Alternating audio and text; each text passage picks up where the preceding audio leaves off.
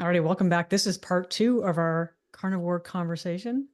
We were talking all about our journey into carnivore both times, last episode, and also getting into some questions. And this time we want to get into some misconceptions around the carnivore diet. Why don't you get us started?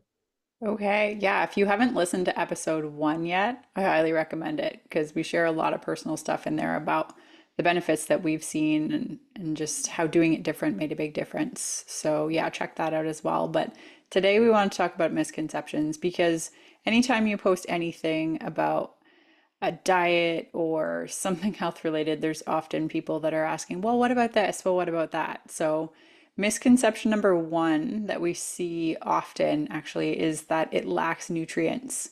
And the assumption is that there's no vitamins and minerals because you're no longer eating fruit, you're no longer eating vegetables, which were, I grew up believing that that's where we got all of those nutrients from. But if you think about it, Amanda mentioned on the last episode, and it reminded me, but the animals eat all of the vegetables and all of those nutrients, and so we get them from the meat. And the biggest thing you can do when it comes to if you're looking for things like vitamin C is eat organ meats. And that was something that we found really challenging at the beginning. But oh, we actually noticed yesterday you can buy what we quite like now, nose to tail, Hmm. which is ground beef that is what we get is 80% ground beef and then 20% organs mixed in, which makes it easy to consume versus having to eat liver. If you like liver, I envy you, but it's not something that I like on its own. So having it ground into the ground beef makes a big difference. Nature's Emporium, we saw it also. You can buy it just in a store because we order a quarter cow and they're able to make the nose to tail meat that we can order along with that. But there's a store in Burlington, Nature's Emporium, so I'm sure there's other places as well that has 10% organ meat ground in and then 90% beef. So it mostly tastes like ground beef with a little bit of organy addition to it as well. But you're getting a ton of vitamins, minerals, nutrients if you're eating organs. All right, next one. It's only for weight loss, which is extremely not true. I mean, it's a benefit of going into this for many people. I think most people get onto this because they've got some sort of long-term illness that they've been dealing with and haven't found any other results. And as you mentioned, you spoke to a cashier and they were saying they got rid of their IBS Yep. going through this.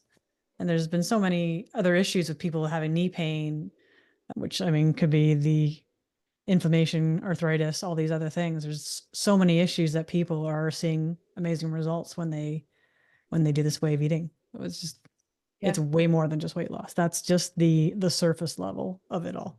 Yeah, and I often too, even if people do go into it for a weight loss perspective, you end Mhm. up with better health because you're eliminating all of Mhm. the toxins that we get from the processed foods, packaged foods, seed oils, vegetables. Like we think vegetables are good for us, and they don't want to be eaten either. But an animal can fight back to try and prevent you from killing it and from it being eaten. Plants can't in the sense that they can't get up and run away and they can't attack you. But if a plant at the end of a field, if something's eating it, like if a rabbit comes and starts eating a field of lettuce, the plants will send signals to the rest of the field to get bitter and to turn on plant chemicals essentially or release plant chemicals so that the whole field doesn't get eaten. Like plants are smart and they have their own defense mechanisms, Yeah. but when we eat them, that can cause harm in the body as well. I used to be the kale queen.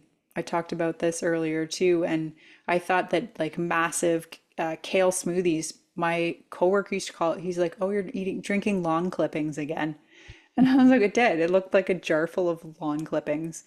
And I also used to eat a ton of spinach, and those are full of oxalic acid, which can be really harmful in our system. So when it comes to focusing on this just as a weight loss thing, it's the ultimate elimination diet Mhm. because you're removing a lot of those things that could be impacting and having harm on causing harm to your body that you didn't realize. And like when I started doing this, I was autoimmune in the past. I had MS in the past, and nutrition was a big part of what helped me get rid of all my symptoms. And I did mention in the last episode, but carnivore got rid of like the last of the MS symptoms that I had. I had a really hard time with temperature. If it was really hot or if it was really cold, I just was like, ugh. I felt Yeah. like I couldn't function properly. And yeah, that helped get rid of that. So it is not just for weight loss. I totally agree. The one other note that I just thought of when you were saying it's the ultimate elimination diet, it's not the only one out there. There is the other end of the spectrum, which is Vegan. going vegan vegetarian. But the difference with that is there's not enough protein to build the body back up as well. So Hmm. if you've experienced going vegan or vegetarian and then you're just not feeling as well mentally or physically, that could be why. It's just something I wanted to throw in there. Yeah. And I think, anyways, I think that's good for the short term for some Hmm. people, but it's not a long term Yeah. thing in my opinion because of that. Because it's like breakdown, breakdown, breakdown, breakdown, and the body is constantly, yes, it's breaking things down, but it needs to rebuild. Hmm. And if it doesn't have the tools to be able to do that, Yes. that's where, there's lots of minerals, vitamins from a carnivore diet that helps with the build up, rebuild process. The next misconception, it's unsustainable long term. I don't necessarily agree with that. We just talked about vegan, vegetarian, well, vegan specifically, which I don't think is good for long term. This one, I mean, the first time we did it for a year and a half. And I know other people too, like the woman I talked to at Costco, who was like, it's been more than a year and I'm never going back from this. It's unsustainable long term. That's food is seen as in a society as entertainment and it's community and it's comfort and reward. And there's so many different reasons that we use food. But Hmm. I mean, ribeye steaks multiple times a week. Like I don't have a problem with the food at all. I know some people say that they get bored, but I think that the first time we did this because we did have more variety in, we had chicken, we had fish, we had Yeah. pork, we had so many different things. I found that harder, which is crazy, than just eating beef. So, yeah, I don't know. What do you feel about the it's unsustainable long term? I think that's just going to come down to the individual. Yeah, For me, I think I'm good to continue. I don't know how long I'm going to continue for, but at this point, I don't see any signs of stopping. yeah, Yeah, it's really like, why do you find eating the same thing or why is it boring? Like, what are you looking for out of your food in order to, is there a reason that you're looking to get that hit off the food, the satisfaction of it? Is there another emotional tie somewhere in behind the reasoning that it is boring? Because as you said already, ribeye steaks and any sort of beef is very flavorful and very satisfying. I don't mhm, see, for me personally, that's just my experience. I don't see any issues with the it being boring at all. yeah. And I think too, when you cut out the other crap, the Hmm. taste it Yeah, just like that's gets true. so much better. Hmm. Like I took a pack of ground beef this morning, smashed it, cut it in a quarter, so like little quarter-pound burgers, and cooked those up, and was just like, oh my God, this is so good. Like things just taste better when your taste buds are not used to the processed and the synthetic things. And so yeah, I think that makes a big difference. I think that's part of why this time too being more strict. Maybe, I don't know. I'm just assuming, but I also think your why is really important. Hmm. I know there's different situations for me.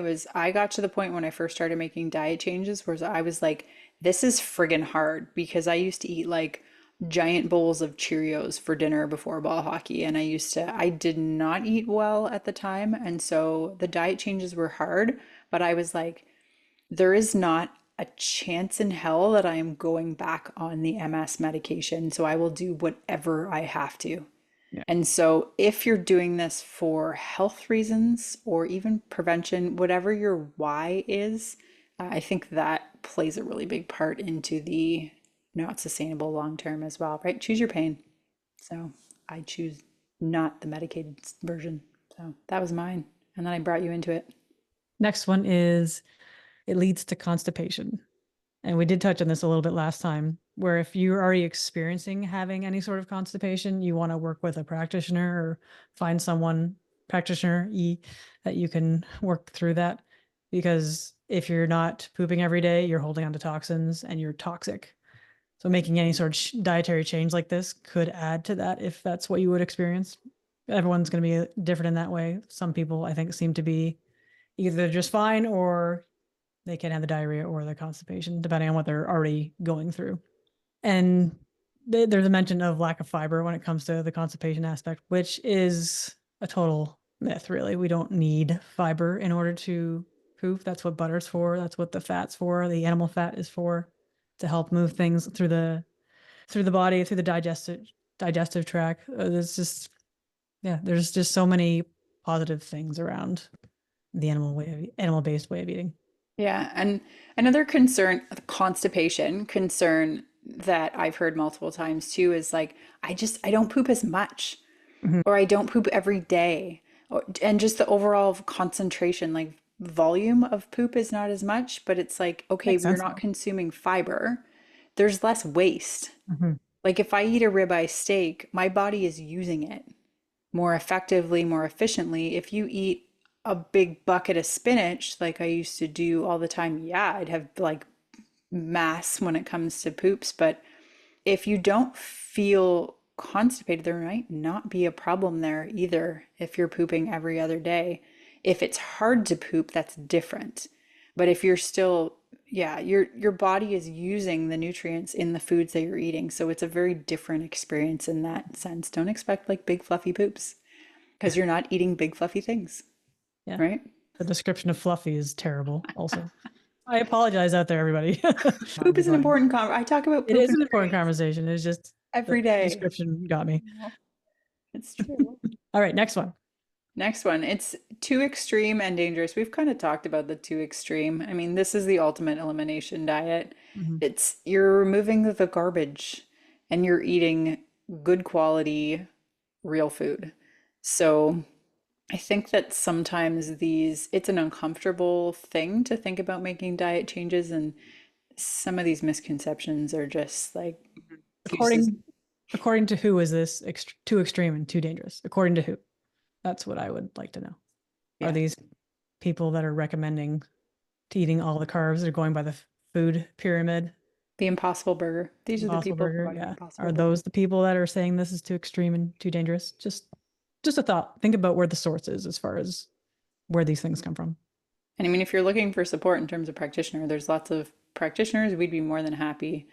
We have lots of clients that eat different ways, that eat Mhm. carnivore, and we have lots of personal experience doing it. So, All right. Next one. It eliminates the enjoyment of food. And again, we've kind of touched on this as well, really. When you go through the ultimate elimination diet, your tastes change. mhm. Your sensitivities to taste will change as well. You will find, I find, more enjoyment from basic things as opposed to processed things that I don't think I'd be able to enjoy anything that I was consuming before the same way, just because anything that had sugar in it would be that much more sweet, too sweet. And Yeah, yeah, I don't even, just the thought of even the ice cream that was kind of led to us starting eating this way again. The thought of consuming that just is not appealing at all, which is great. This is exactly the outcome that I want. Yeah, the it does not, to me, eliminate the enjoyment of food. I think it actually enhances the enjoyment of eating good quality food, nutrient dense food. I agree. I agree. I mean, put salt on beef, and like, how do you go wrong Fantastic. with that? And yeah, it's something that seemed bland, boring before, and now I find it's so much more enjoyable, Mhm. satisfying than that. And yeah, I don't feel like it's a problem with the enjoyment of food. I was going to say something else and I lost it. Oh, and also after you eat and you feel great, your energy doesn't crash. You don't like, I don't know. I find that that's worth it enough to keep Mhm. eating this way. And as I said, I really enjoyed my ground beef burgers this morning. A little bit of butter, a little bit of salt, and oh, amazing. Yeah, to that note of the crashing aspect, I used to be such that years ago I would have to carry around granola bars with me because I would have that dip in blood sugar, and like I've had times before where I've like fainted and passed out and stuff like that. And now that's not even on the radar. I am pretty constant as far as how I feel, even if I'm fasting for a while. That those dips like that are just non-existent. So that's something else to consider as well. Yeah. And I think this is our last one. Yes, it is. So the last one we're going to touch on is it's too expensive. That's something that often is Mhm. mentioned as well. I see it all over social media. Oh, that's too expensive. I could never do that. When you see Michaela Peterson talking about having strip loin for breakfast, lunch, and dinner. And think about all the other things that you purchase that you consume. That alone, like not buying all of the junk, we Mhm. order a quarter cow and we buy butter, and that's pretty much, and salt. That's pretty much it. What do you spend on food in a month? If you think about it that way, like we're not snacking. Yeah. You're not hungry. Like I'll eat two ground beef burger patties in the morning and then have steak for dinner. And I'm satiated Mhm. for the day. Yeah. I'm usually the same, usually 2 times a day that I'm eating for the most part. Very, very different as opposed to the way I used to. It'd be something for breakfast, there'd be a snack, then there'd be lunch, then there'd be a snack in the afternoon, dinner, and then probably a snack after that. Constantly eating. And this is very, very different. Yeah. And I mean, looking for ways, find a local farmer, find somewhere that you Mm. can get it. Because to go to Fortino's and buy tenderloins over and over and over again, yeah, that would get That'll really add up. expensive. Even Costco, I don't know what's going on there, but like to buy steak from there, it can be really expensive, but be smart about it. That's why we started ordering the quarter cow. Yes, we're getting better quality because it's grass fed, grass finished, it's local. Yep. Supporting local is great too.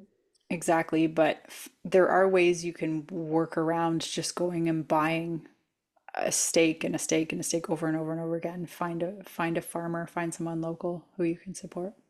Yeah, I think that's kind of the gist of our misconceptions. Again, if you have any sort of question around the carnivore diet or any comments, please feel free to leave us a review on that. And if you haven't already, subscribe to our channel.